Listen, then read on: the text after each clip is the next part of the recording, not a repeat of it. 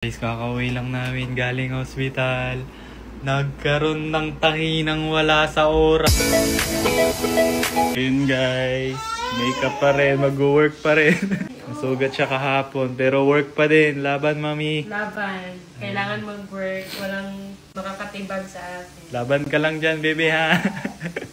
Wait lang, baby, ha? Ang naayos na, ma. Mag-aayos na si mami. Guys, okay na sugat, ma?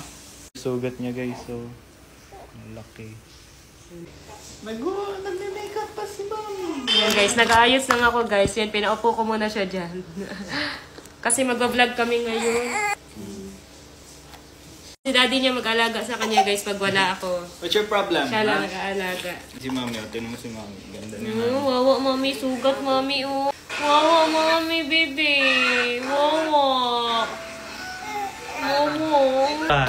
Yan, yan ka lang, magpahinga ka lang dyan. Sinasabihan na kita, pahinga, wag puro work. Halos di na yan matulog guys. Grabe, sobrang sipag. Siyempre, kailangan ko magsipag para sa future natin. Lalo na kay Baby Khalid. You're so sweet. Pero kailangan mo din naman isipin sarili mo, wag puro kami. Ha? O yan, binigyan ka tuloy ni Lord ng dahilan para magpahinga ka muna. Tulog ka na dyan. Sleep ka na dyan ha. Mag-ilamos muna ako, tapos tatabihan na kita dyan, okay? Good night. Love you.